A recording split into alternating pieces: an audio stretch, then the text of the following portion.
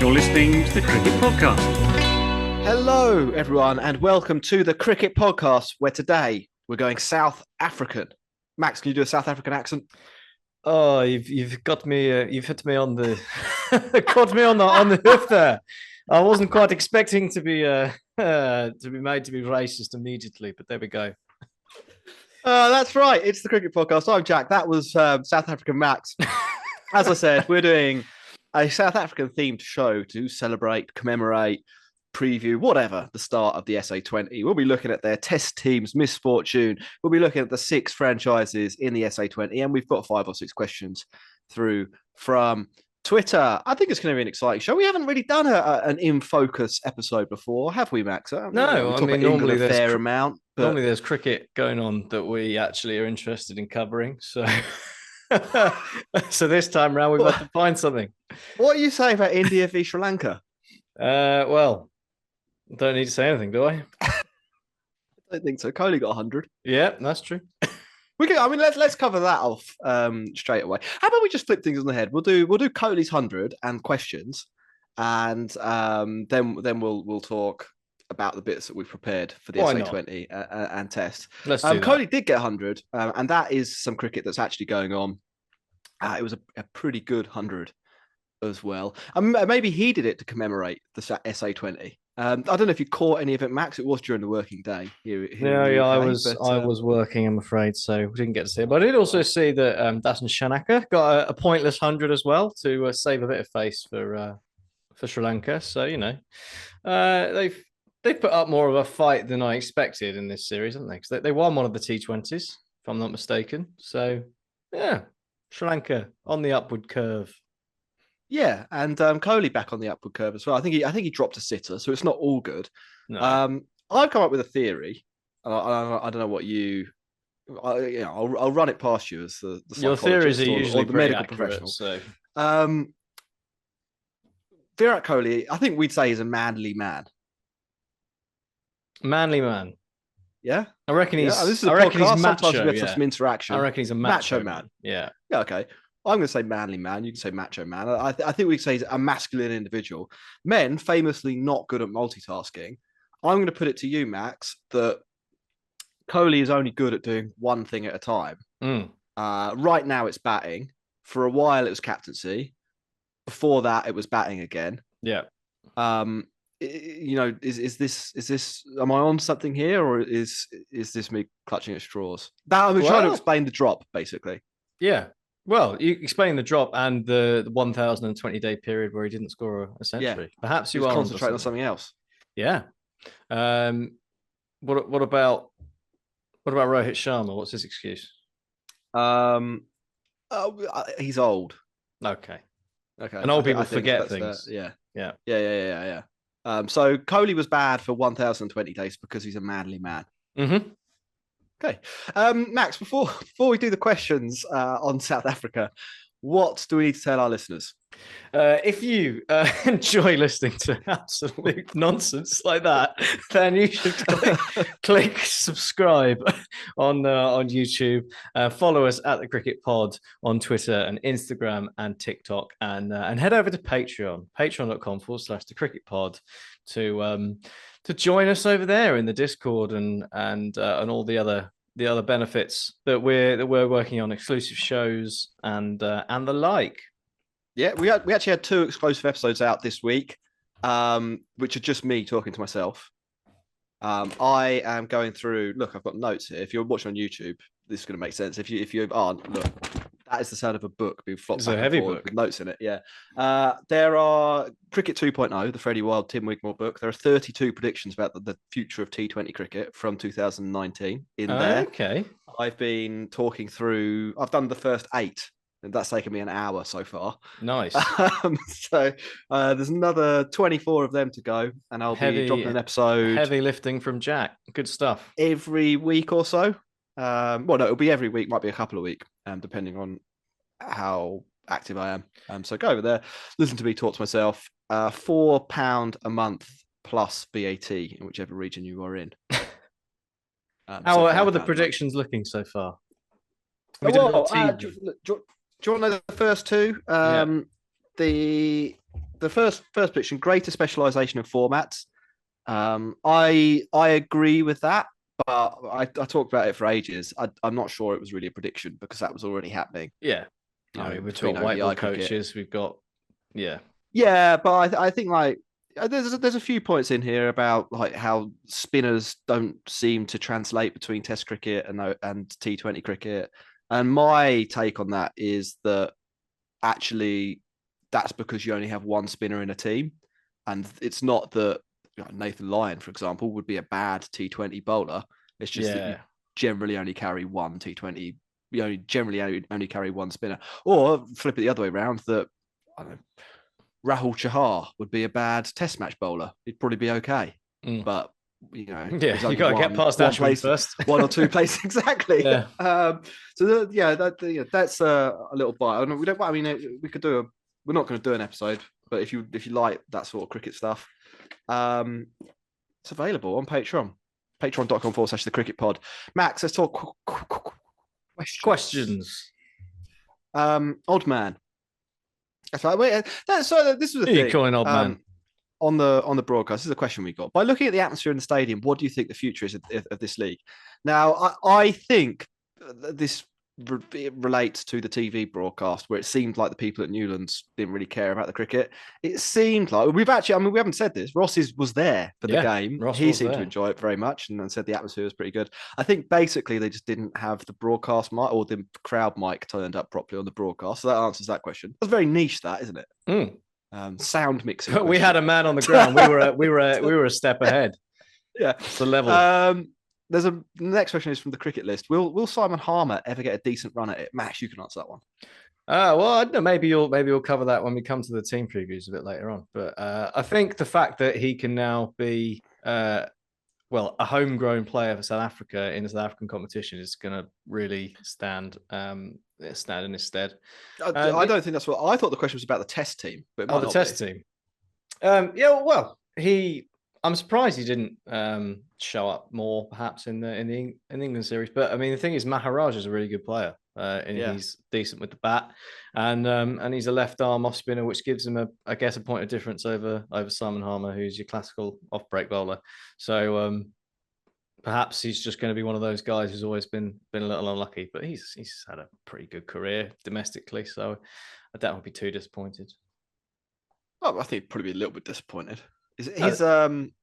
He's 34 next month, so I don't. There's not that much. It's a bit late to get a run of it, isn't it? Yeah.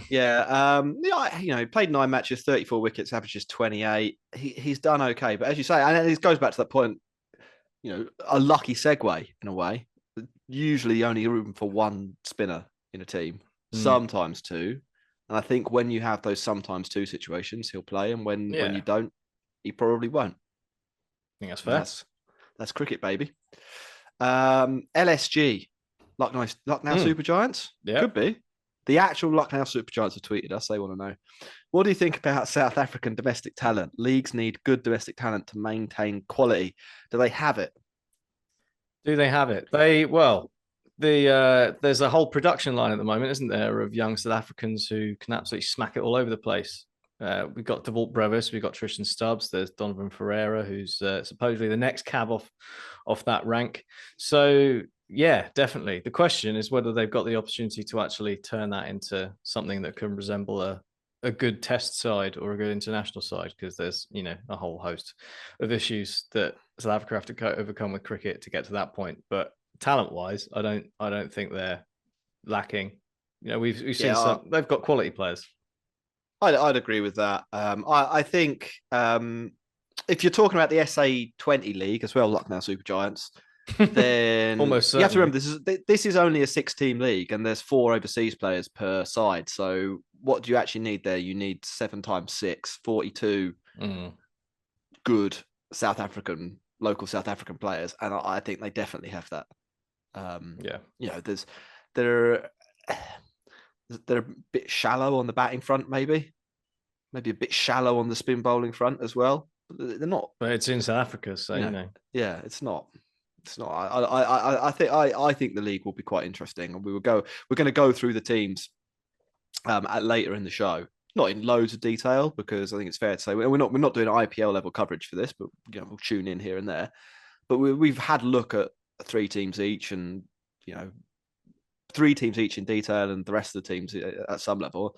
And I think that most of them are a decent T20 sides in that sort of second tier T20 league, and one of them, I don't want to spoil it too early, one of them would probably be one of them is amazing. If you saw the result today, you might find out who. I don't know. We don't know. People might listen to this in a couple of days' time, and they won't know, will they? A few more questions, Max. Any uncapped South African talent you'd be backing to have a great SA20? You said Donovan Ferreira. Is that who you're going to say? Yeah. Devil Brevis isn't capped. Okay. Is he not? No, of course. Yeah. No. Tristan Stubbs has sort of usurped him in that bit. So, yeah. Well, I'll have Donovan Ferreira, and you can have Devil Brevis then. How's that? I think Marco Janssen's brother, Duan, looks like he probably has the skills to be quite good as well. A left arm quick bowler who can smack it. Statistically, it hasn't quite come together, but I think he'll be a good cricketer. And there are a few guys that sort of around the squad that are actually all right as well. I think, who have maybe got under 5 caps. Is Temba Bavuma subject? This is from G. Is Temba Bavuma the subject of a little too much stick, considering he's probably the most convincing Test batter they've got at this point? Definitely. Like there's no doubt about it. South Africa's Test team. I mean, like, I don't think we're going to talk about in loads of detail when we do the Test roundup, but they are awful with the bat. So bad.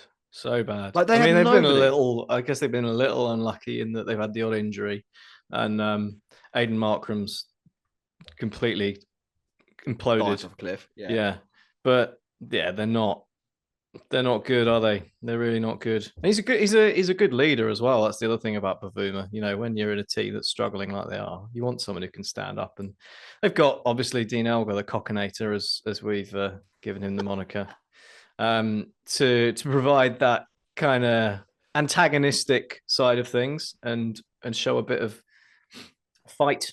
But Bavuma, I think, speaks really well. Seems like a really intelligent leader, and that's another sort of feather in the cap for him. And then again, he only averages about 35, doesn't he? But that, like, in the in the scheme of the South African side, that's like averaging 50. But it's like exactly. It's the world's tallest dwarf, isn't it? But like, he is the world. He is the tallest dwarf. Like, we do have to say that. Tim Dale Lace.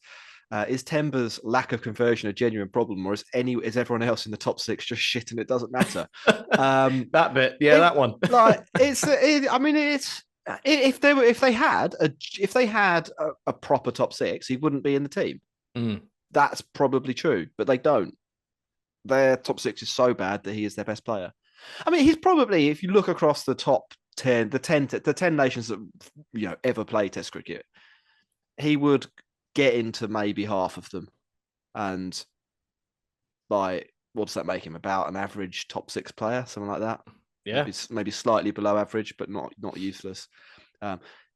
Definitely not the main problem you need to be focusing on if you're South Africa.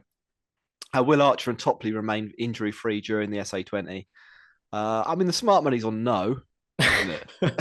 Yeah. I don't know how much Archer's going to play out of the games. I heard 2 matches. So he played today, and we'll play 1 more. So, but you never know. So he's got a good shot. He's halfway there. He looked pretty good today. VNA, we'll do one of VNAs, and then we'll get on with some Test match stuff. Do you think South Africa T20? Do you think SA T20 has the potential to revive South African cricket like the PSL has helped the Pakistan T20 side, Max? I think it could. I mean, there's a long way to go. We've had 1 game today after, as of recording, and who knows how it will go as a competition, but I think it's got the potential to be pretty high quality, looking at some of the players that are there and some of the sides. And I think they need something, don't they, in South Africa? Excuse me, to inject some life into proceedings. So why not? Why not the SAT20? It's something new. It's something different. Bit of excitement. Get a higher caliber of player over to play against domestic South African players. It seems logical. Yeah, I mean, I don't expect it to have that much of a difference, to make that much of a difference, to be perfectly honest, to the international side. I think it is good for South African cricket to have a tournament, and I think, given the particular situation in South Africa with how broke they are, I think it works for them that there's quite a lot of overseas money invested in it, and probably overseas money that sees it as a relatively long-term project as well. Yeah. I would be quite surprised if in 3 years' time, all of the 6 IPL franchises that have put their money in their pocket to underwrite, the first few seasons of this, decide they're not interested, sell up and leave, or pack up the league. Like I think if you there's a trade-off with this, in that you are setting yourself up as a feeder league to the IPL. You are, to some extent, making yourself subservient to these owners, to the Indian cricket watching public in general. But it gives it a reason to exist. It gives it a reason to exist. It gives it a stability that I don't think Cricket South Africa could give it from a financial point of view. Gives it an audience on a global point of view, and fits it into the cricket calendar in a way that, if we're being honest, the Lankan Premier League, the Bangladesh Premier League, the BBL kind of don't. There's not, if you, by making it the feeder league to the IPL, or by making it the warm-up show to the IPL, you do give the tournament some context that it may not otherwise provide. Yeah. And it has found a bit of a gap in the calendar, isn't it? Well, the BBL's going on at the same time, isn't it? It's a nice time for the English Farmers cricket League. watching. The Farmers League. It's a nice time. It's a nice time in the UK. The games start at 11:30 and 3:30. So, 3:30 is a really good time for a T20 to start, because it means the second innings kicks off around about the time that you finish work. And that's the good innings, isn't it? Assuming you do a regular 9 to 5, of course. Yeah. If you're on a shift, then you can probably catch the 11:30 game, can't you? Maybe. So yeah, it's good. It's nice for us. Anyway, they're the questions. Max, we're on the clock today, aren't we? We are. We have 13 minutes left on our Zoom because for reasons too difficult to go into, Ross has left the country, and by leaving the country has locked us out of our Zoom. Yeah. So we're on the clock when it comes to recording. We've got 13 minutes. Right. Let's do the test bit. We'll do the test bit, and then we'll do an SA20 we'll preview, and that can be two videos. Perfect. Look, we're producing on the fly. That's what we do. So South African Test cricket, Max. Do you want to summarise why they're so bad? Sure. So they're in the mire. What have they been up to recently? They've been touring Australia. And as any English cricket fan will know, touring Australia at this time of year isn't often a lot of fun. But South Africa have really taken it to...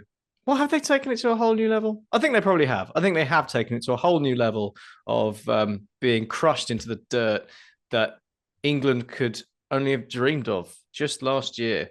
The first game went the way of Australia, although it was, what was it? A 6-wicket win. It could have gone the other way.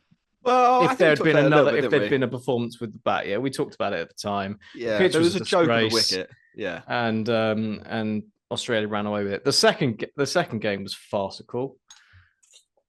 Australia racked up several hundred run. What was it? 500 for 4 again? Yeah, a bazillion. and won by an innings and loads, 190 or odd. Completely pathetic. I think South Africa scraped over 200 in one of their innings. And the same thing would have happened in the third test, but it rained, so Australia ran out of time to bowl South Africa out. And they're awful. We said it earlier, but they can't bat. I mean, they've still got Nortje and Rabada and Maharaj and Marco Jansen. So they've got something with the ball, but they cannot bat for shit. I say they've got something with the ball. They didn't take any wickets anyway. They've taken not being able to bat to a preposterous level. I mean, when we did all those shows for the Ashes last year, at least we were getting to like day 3 and 4 for most of the tests. Well, I think one of them went all the way to day 5, didn't it? South Africa, I mean, it's kind of astonishing that they've got a bowling unit that they have. I mean, yeah, obviously in the most recent series they didn't pick up that many wickets, but I don't think anyone is going around and saying Nortje and Jansen are washed up, or we don't need this. Who's this Maharaj bloke? I think they went to South Africa. They had to bowl with a hell of a lot of scoreboard pressure on 2 Australian batters who are in pretty good nick, in the second and third tests on pretty good batting surfaces if you're capable of batting. Yeah, or if you're David Warner. I mean, like David Warner is built for hard, fast, bouncy wickets where you whack through the ball and run really hard. Like it's what he does, and he did it. He got 200 and then said, "I've literally had enough here of smashing you. I'm going to go and sit down and get a massage." And like that happened. So I don't think you can really blame the bowlers that were. I was looking at the stats. Rabada picked up 11 wickets at 32. Nortje gets 7 at 31. Neither of which are great, and they're the pick of the bowlers. But the real pounding has come on the other side of the ball. Max, how many Australians scored more runs than the top South African? I'm going to go. A better question. How many more runs in one innings did Khawaja score than the best South African? Okay, in the series, Khawaja scored 195, and then they declared because of the rain, unfortunately for him. So I'm going to go with 69.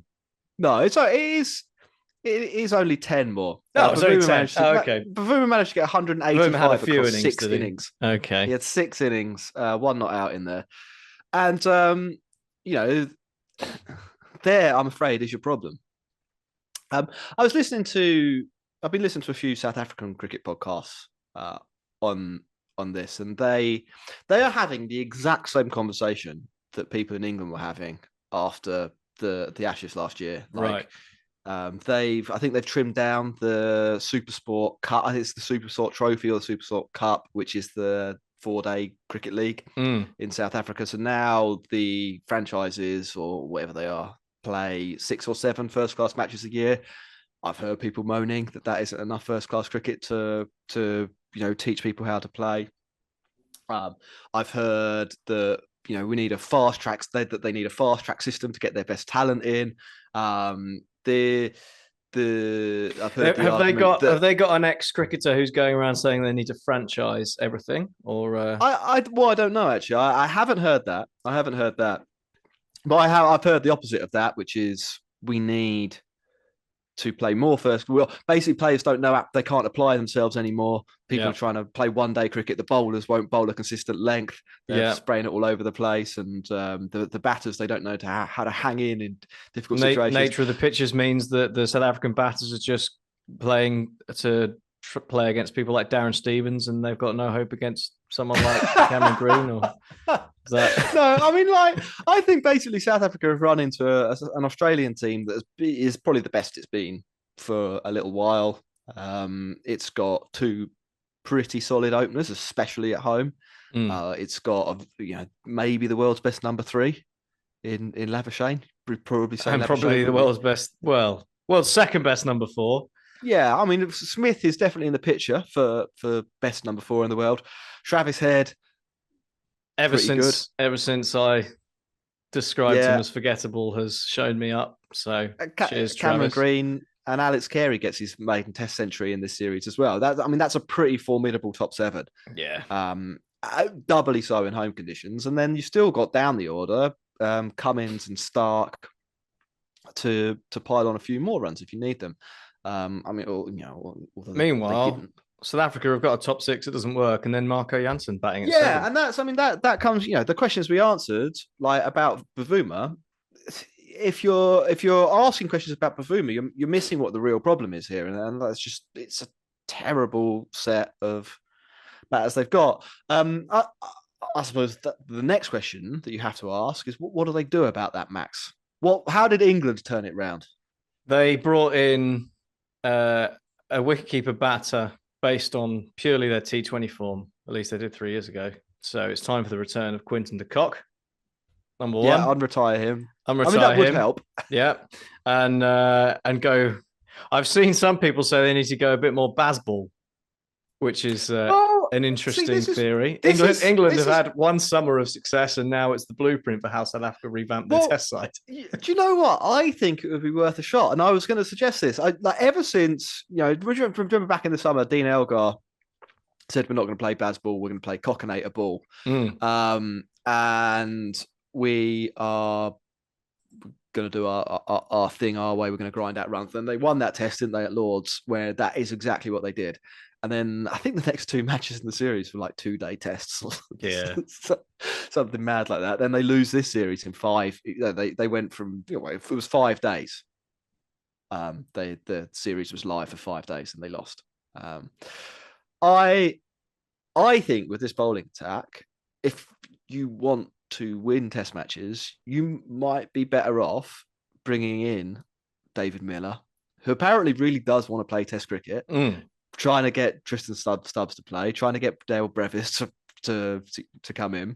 Yeah. Well, I mean, see if you can bang 300. Aside from the kind of cricket they play, I would imagine they're probably innately more talented than Donis de Bruyne, Kaya Zondo.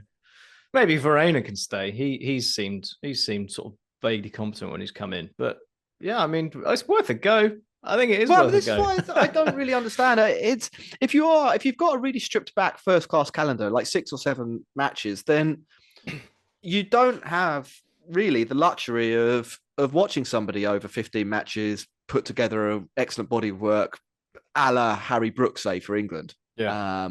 It's not, you're not necessarily going to know from 6 matches who your best players are, and that means that you are going to have to rely on a little bit more scouting, a little bit more of the old eye test when you make some of these calls. And I like you say, some of the players that are on the T20 circuit, and it's not necessarily a given that you'll be able to get them back if you're the South African Test team, but some of the players on that circuit, you have to say, do look like they're far more talented cricketers than the guys in the actual Test team.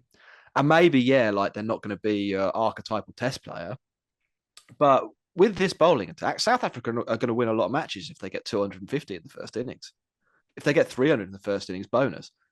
Doesn't really matter. Time is not going to be ever, I think, an issue in South African cricket, both sides of the ball, because they take, ignore getting Australia for a minute. Australia do this to everyone apart from India.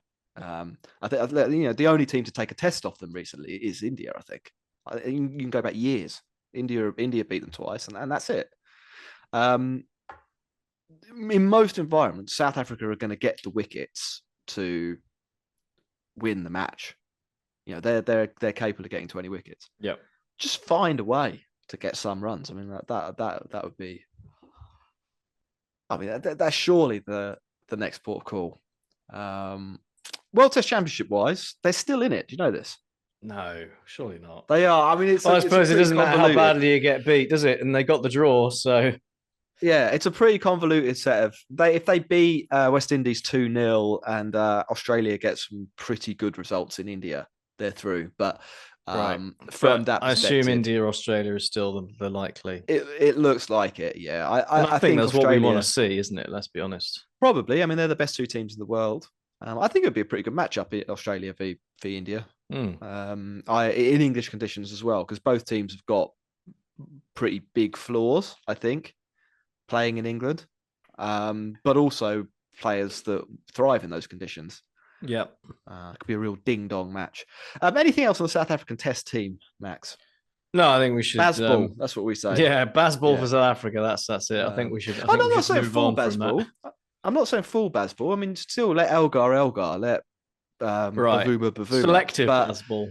But like, why not? I mean, for example, why not let Rassie van der Dussen? Why don't you tell him to play like he plays in ODI cricket, where in the last couple of years he's piled on runs, like at a good, like a Bazball strike rate in the 80s.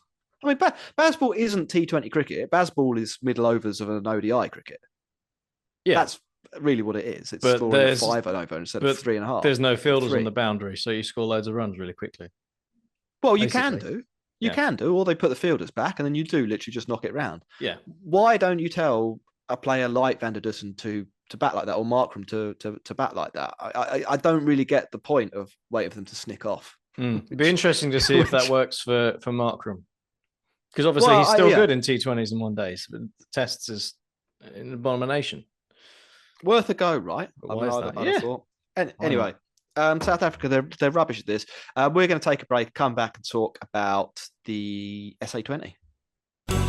You're listening to the Cricket Podcast.